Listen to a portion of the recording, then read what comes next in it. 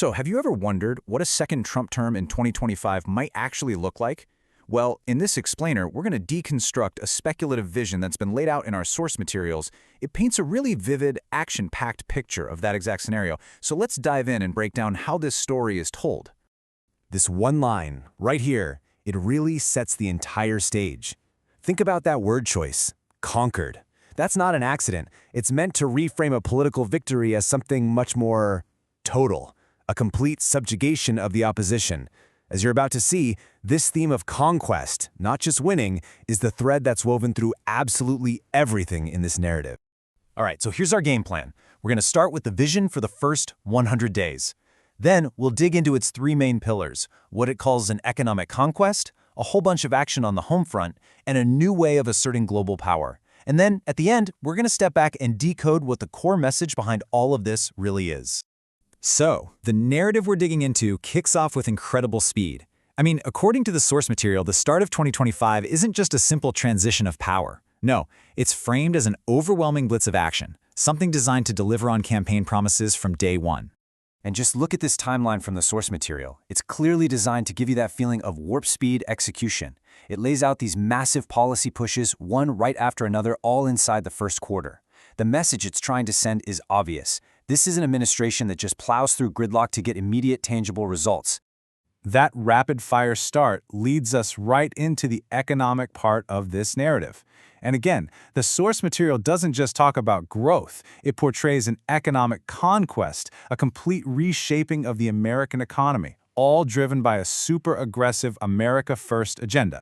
At the very heart of this economic vision is a sequel to the first-term tax cuts. The narrative describes a Tax Reform Act 2 that basically got forced through Congress, and it slashed the corporate rate down to this number, 15%. In the story, this one move is positioned as the main spark for a totally unprecedented economic boom.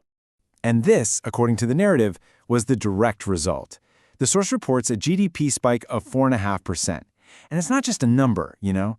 The story deliberately frames this by claiming it actually outpaced the economic boom we saw under Reagan, which creates this really powerful historical comparison. This economic story continues with energy policy. The source claims that by greenlighting pipelines and expanding fracking, the administration made America so energy dominant that gas prices fell below $2 a gallon. That's a detail that's clearly meant to represent a real, tangible benefit for every single citizen. And the final piece of this economic conquest is all about trade.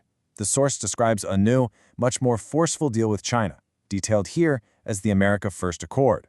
The narrative frames this not just as an economic win, but as a fundamental reset of global power dynamics, forcing concessions and bringing critical supply chains back home. Okay, let's turn our attention to the home front now.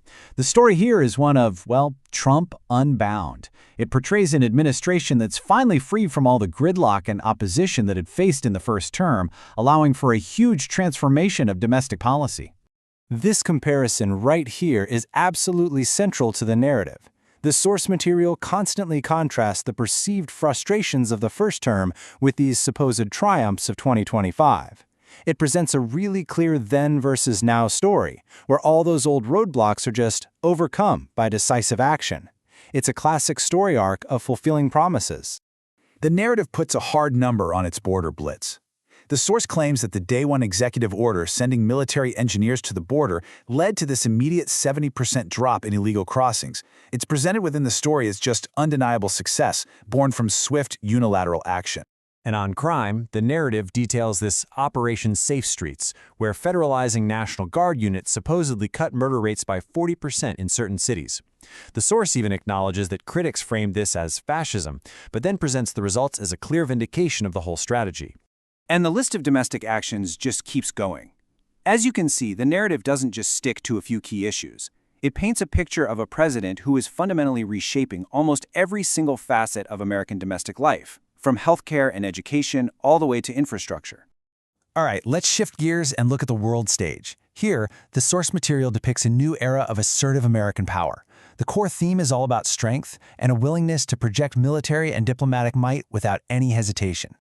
A really key symbol of this renewed power is something called the Golden Fleet.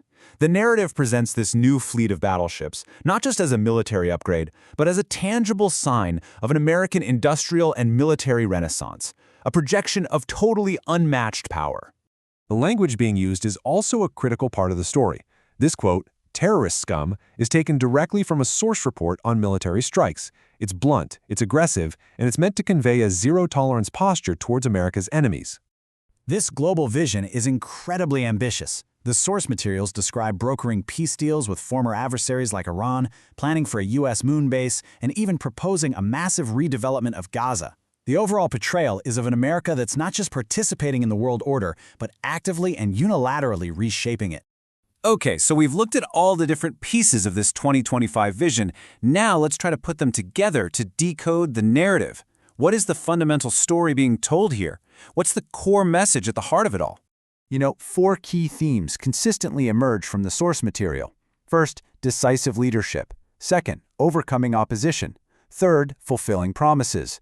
And finally, this powerful sense of vindication, the idea that the results justify the methods. These are really the building blocks of the entire narrative. So, the ultimate message? It's a constructed reality where a singular leader, unhindered by political norms, can restore national greatness through sheer force of will. It's a narrative that argues that the main obstacle to a new golden age is a weak and obstructive establishment. And that leaves us with one final question to think about. We've just deconstructed a very specific, speculative vision. But how do powerful narratives like this one, whether you agree with them or not, end up shaping expectations, motivating supporters, and ultimately influencing the course of real-world politics? That's definitely something to think about.